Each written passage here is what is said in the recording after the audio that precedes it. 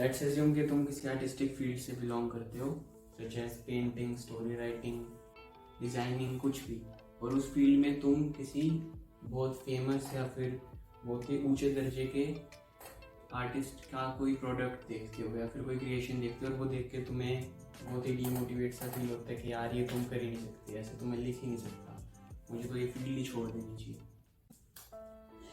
काफ़ी बुरा हुआ यार तुम्हारे साथ।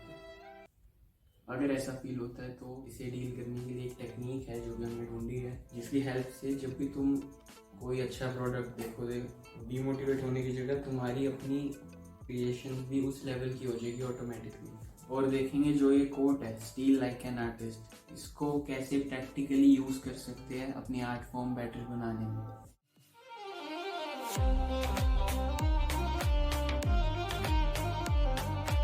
जब भी कोई इंसान कुछ भी क्रिएटिवली क्रिएट करता है ना, वो ओरिजिनल हो ही नहीं सकता। इंसान का जो दिमाग है वो अगर 7 रंग है विद योर, तो फिर सिर्फ 7 रंग को ही मिक्स करके कुछ ना कुछ बनाएगा, कोई 8वां रंग नहीं सोच सकता।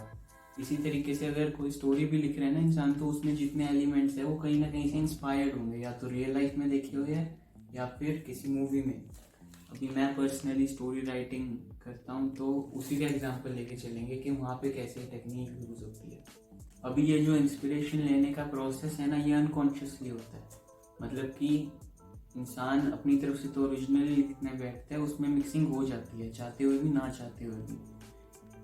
इसलिए कुछ कंटेंट क्रिएटर जो होते हैं ना, वो वीडियो बनाने से पहले दूसरों के वीडियोस देखना या मूवीज देखना कम कर देते हैं, ताकि काफी ऑब्वियस मिक्सिंग ना हो पाए। तो मतलब कोई भी ऐसे स्टोरी लिखने से पहले षड्यंत्र बनाने नहीं बैठता कि आज इस मूवी में से ये चुरा लूंगा, इस मूवी में से ये चुरा लूंगा, ऐसा नहीं होता है। चलो भाई, काफी लंबा समझा लिया, अब मेन टेक्निक क्या है वो बता देता हूँ।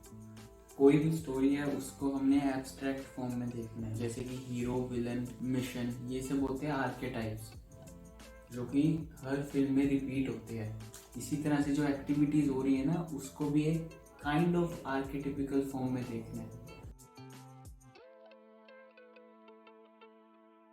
अब इसका एग्जांपल देखते हैं, जैसे कि एक मॉन्क है, स्टोरी सीन का एग्जांपल। एक मॉन्क है जिसने कितनी मेडिटेशन कर ली कि अब उसको कोई ह्यूमन इमोशन फील ही नहीं हो रहा है। तो इस सिचुएशन से फ्रस्ट्रेट होके उसने अपने हाथ कटवा दिए ताकि वो सबसे purest emotion, living emotion, pain, उसे एक्सपीरियंस कर सके। अब इस सीन को एब्स्ट्रैक्ट फॉर्म में देखते हैं।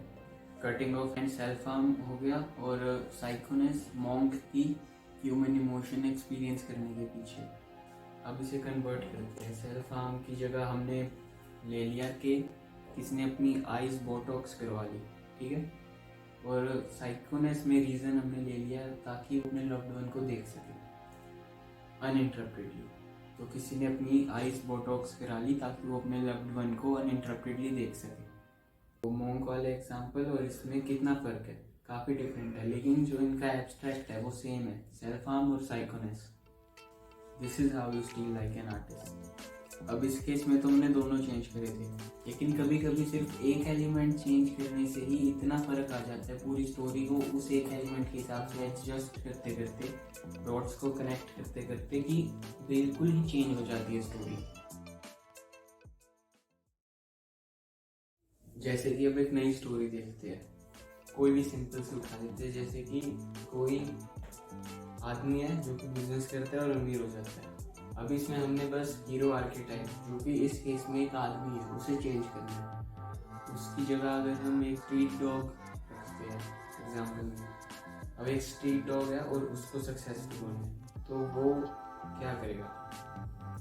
शायद वो किसी अमीर फैमिली में अडॉप्ट होना अपना मिशन बना ले, और अब उसके लिए उसे क्या करना पड़ेगा?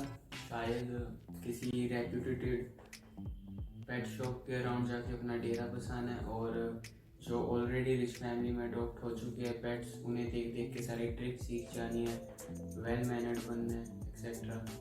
कितनी चेंज होगी? मतलब एक business related biography sort of movie से बच्चों की एनिमेटेड मूवी बनी।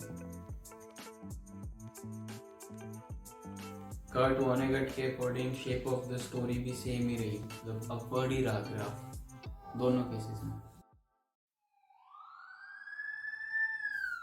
चलो भाई वीडियो ख़त्म। कमेंट करके बताना कि कहाँ कहाँ ये टेक्निक और तुम्हें लगता है कि यूज़ हो सकती है। और शायद मैं कुछ बताना भूल गया। We would all be done within 5 years. Robots would be doing everything from cleaning toilets to cooking food to flying airplanes to driving Ubers. And what would we be doing? We would be doing all creative jobs to entertain each other. हाँ सुनो, बहुत ज़रूरी बात है।